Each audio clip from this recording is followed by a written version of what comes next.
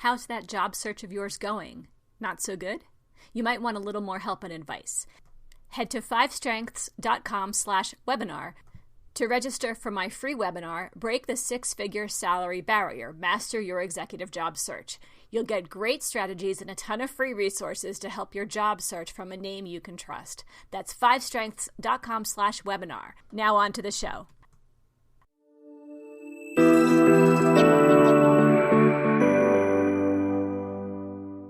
Hello, and welcome to the Job Search Podcast. I'm Amy L. Adler, Executive Resume Writer of 5 Strengths Career Transition Experts.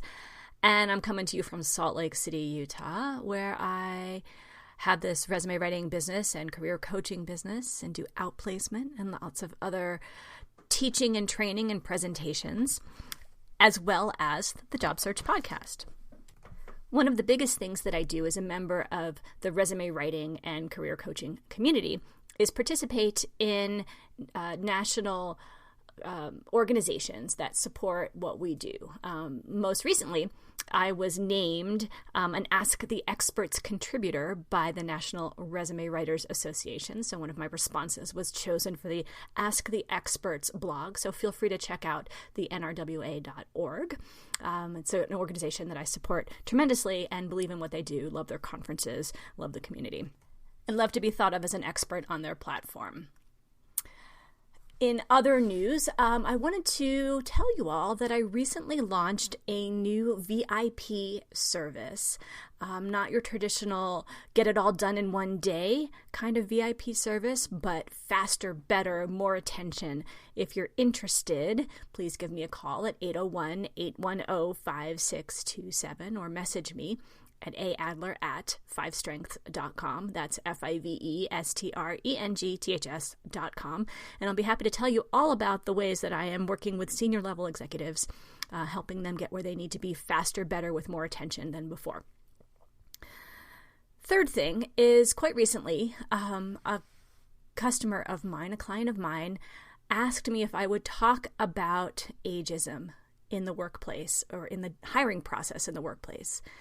So today I wanted to talk to you in response to his question about resume mistakes that job seekers over 40 tend to do and ways that they are sabotaging their own job searches.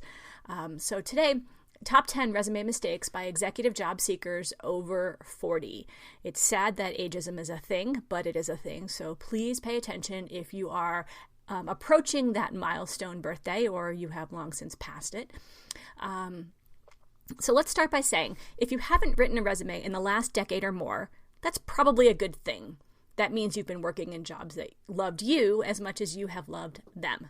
However, if you're listening, you're probably in an executive job search, and you're probably of an age in which you wonder whether the years of experience on your resume and in your actual background is going to help or hurt. Your new resume won't be anything like the resume you used to get your first or maybe even your most recent job, because times have changed for executive job seekers, and so have resume strategies.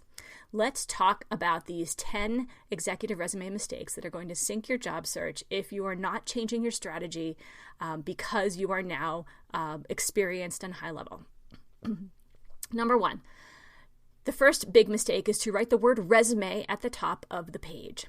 On the one hand, it's overstating the completely obvious, and you're wasting important resume real estate that could be used more strategically, and we'll talk about that in a second. On the other, if you've ever uploaded your resume to apply for jobs, that is to an electronic applicant tracking software system, or ATS, you'll forever be known in the database as resume with no last name, which is not going to help you when a recruiter is trying to look for you. Number 2. Big mistake is including an I want type objective statement rather than a statement of value, such as a personal branding statement. Objectives are more than passé, they are damaging because they focus on the candidate's needs rather than the hiring executive's expectations and requirements. So job seekers over 40 need to remember that until they offered the position, everything they do or say in the job search process has to focus on solving the hiring manager's or hiring executive's pain, not promoting their own needs. Number 3, including the dates of your college or university education. We can all subtract 22 from whatever year you put down and get a sense of your vintage. To avoid that and to fairly demonstrate that you are fulfilling the expectations of the role, which is to have a particular degree with a particular spin, to avoid discrimination overall, don't telegraph your age on your resume using the dates of your graduation. This obviously doesn't hold if you happen to be a young candidate, maybe 25 or so, and your graduate work or college work is highly relevant to what you are doing. But for those of us who have been in the workforce for a long time, this is an expectation, not a qualifier, and the dates may in fact qualify you out. Number 4, not including your email address. And I will say also adding your street address. If you're of a certain level of experience, you might not have had an email address in the past, but now you need to have a Gmail or a Hotmail, preferably Gmail, that you're going to use on your resume, and that you're not going to use your company email, because who wants to be known as the person who job searches on company time? Anyway, including that email shows that you are technology savvy and that you are not technology averse, regardless of your sort of overall experience, and that you are always available for communication, especially around your job search, which might not be within the typical hours of the workday. The same goes true for including your street address. Some people do include their street address and can be helpful for location-specific searches. But if you're not tied to a street address and you would prefer to protect that type of data, you don't have to include it on your resume. As long as you have your email address and theoretically your LinkedIn profile address as well, you are going to be completely findable. And that brings me right into number 5. A big mistake people make is including their home telephone line and not their mobile device line.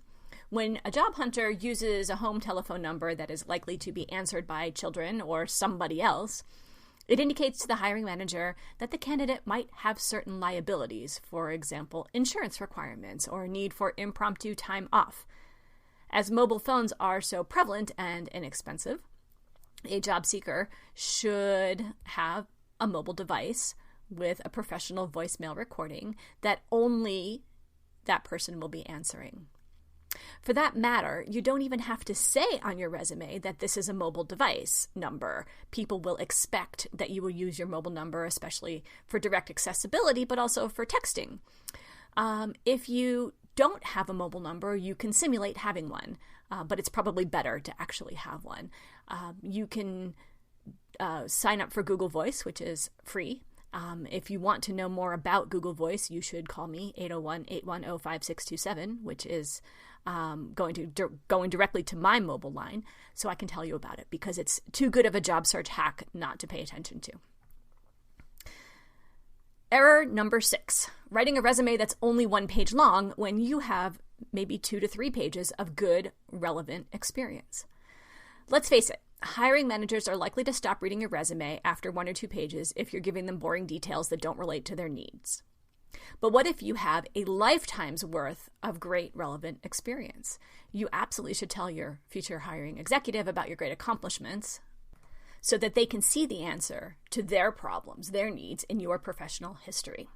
In other words, don't be tied to a single page, because that is such an old school expectation.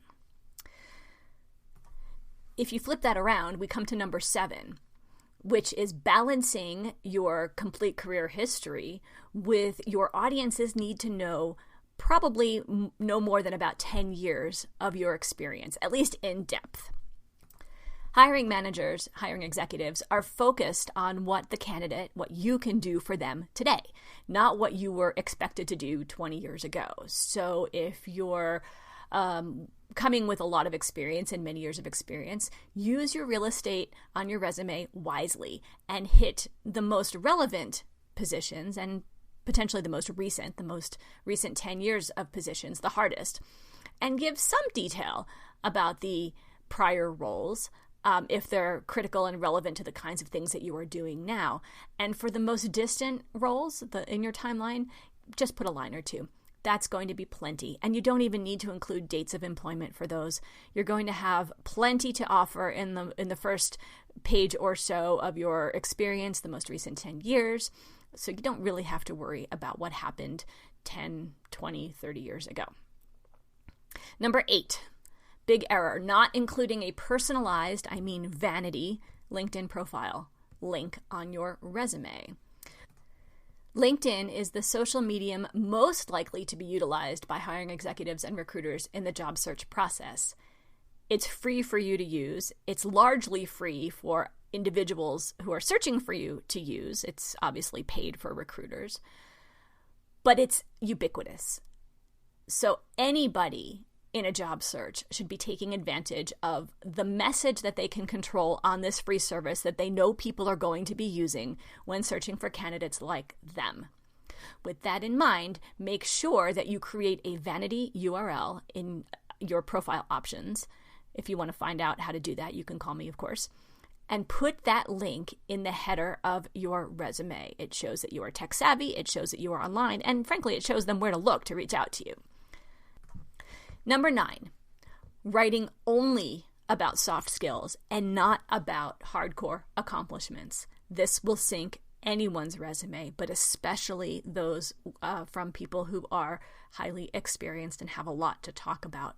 Soft skills are critical in any job, but would quote-unquote great team player be anything but an expectation for a hiring executive's latest hire? Job seekers over a certain age should remember that reporting on accomplishments, the successes that they've demonstrated for each job, that is what is going to get the hiring manager's attention. They want to know that you have solved problems like the ones they are facing right now, and these are the ways that you have done it. Here's how you've proved your success. These are your branding and brandable experiences. Number 10. Again, flip it over, writing only about accomplishments and no soft skills. So you have to challenge yourself to include the best of your experience by showing, rather than telling, your future executive the multiple reasons that you're the right choice to solve their problems. And if you're going into a senior leadership role, showing that you have the emotional intelligence to lead well is going to be critical. So adding these two things together, your accomplishments and your soft skills, is going to show the entire picture. Thanks for listening to this podcast on the top 10 resume mistakes made by executive job seekers over 40. If you happen to be in this group and want to know more about how you can position yourself well, I invite you to give me a call, 801-810-5627. I keep my phone on and I look forward to speaking with you. Thanks so much for listening.